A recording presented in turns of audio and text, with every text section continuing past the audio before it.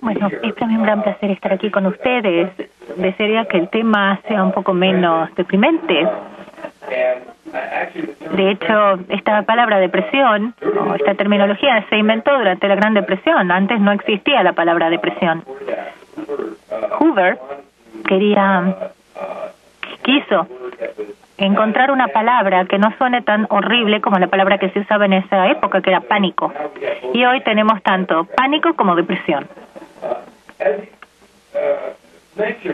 Tal como usted mencionó, bueno, de hecho, esta fue una crisis bastante fácil de pronosticar, si bien muy pocos la vieron venir.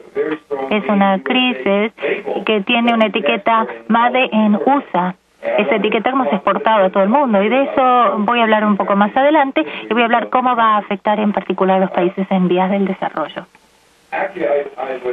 De hecho, uno de los aspectos de esta crisis es la titularización, el hecho de que Estados Unidos exportó las hipotecas tóxicas que había agrupado y a todo el mundo.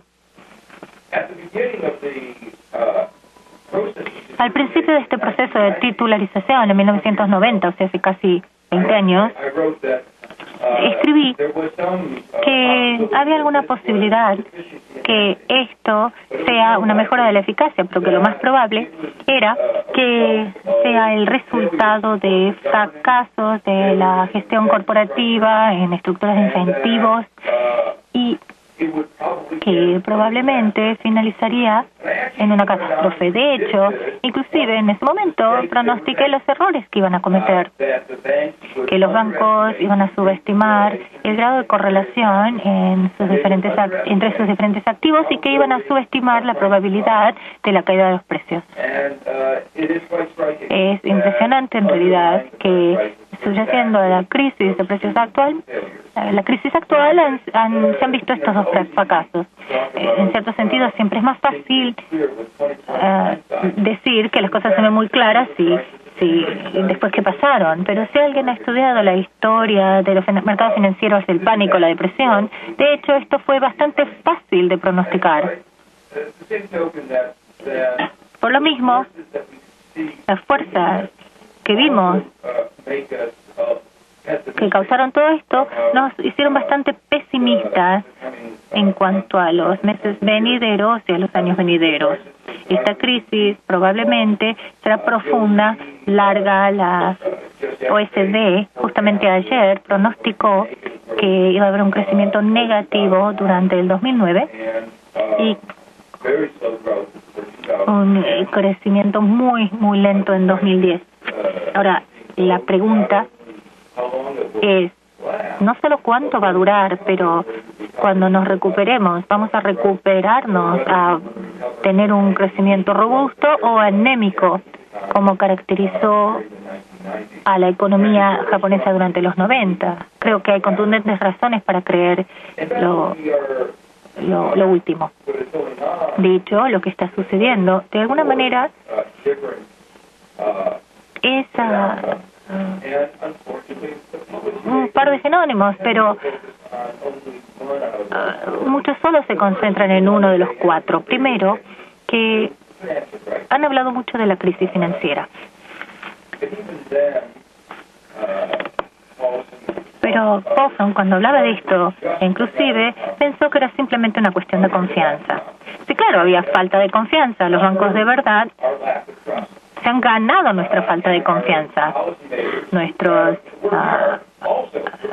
juristas también han trabajado duro para perder la confianza que les teníamos. Si pudiésemos creer que estas instituciones, después de todo lo que hicieron, si pudiésemos creerles, creeríamos cualquier cosa.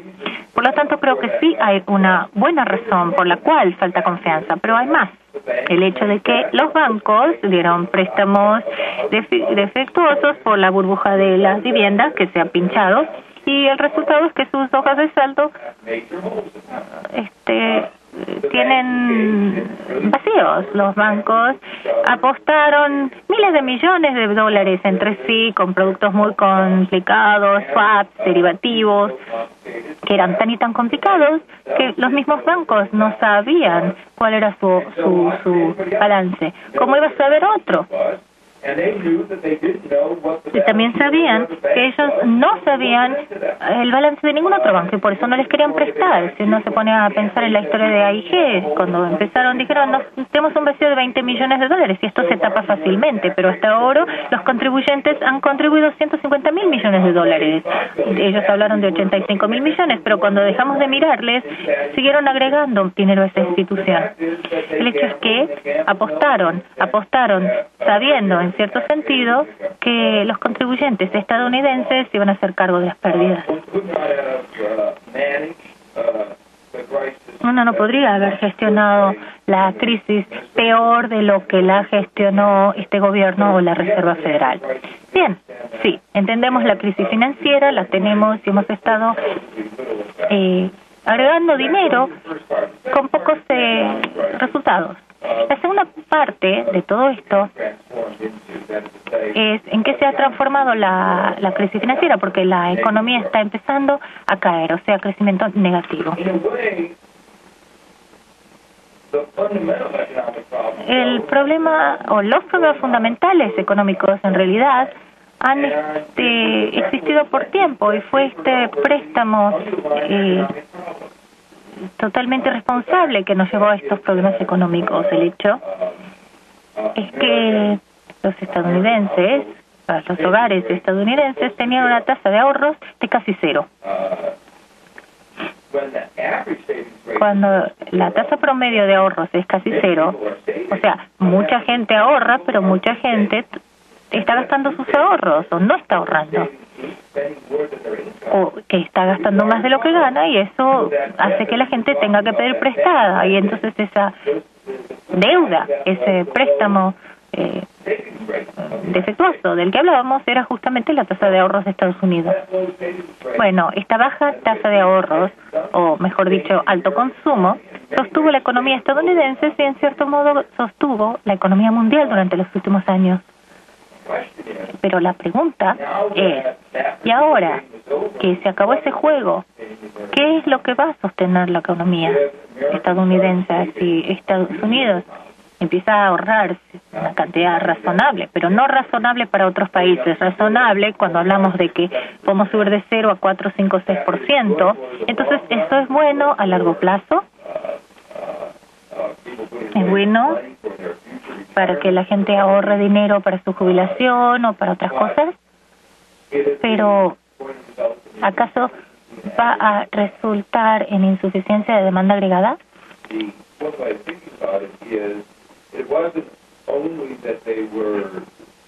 Se puede decir que no solamente ahorraban poco porque podían sacar un crédito por mucho, tampoco necesitaban ahorrar porque los precios de los hogares subían y los precios de las acciones subían, pero ahora los precios de las acciones han caído por un 50%, las cuentas de ahorros han quedado devastadas, también las cuentas corrientes, y en promedio por un 11% en el último año en Estados Unidos.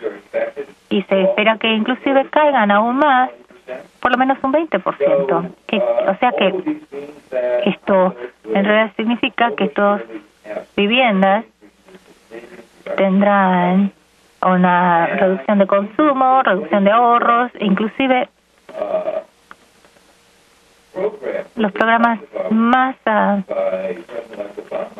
agresivos de los cuales habló el presidente elegido Obama cumplirán con solo una fracción de estas caídas de demanda agregada, de esta falta. Él ha hablado de crear 2,5 millones de trabajo en los próximos 2 años, o demorar la rebaja por 2,5 millones.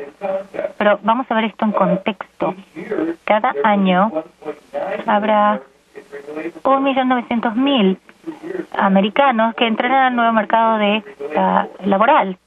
Y en 3 años, 3 millones y pico. Este año, la pérdida de trabajo probablemente será más de 1,5 millones.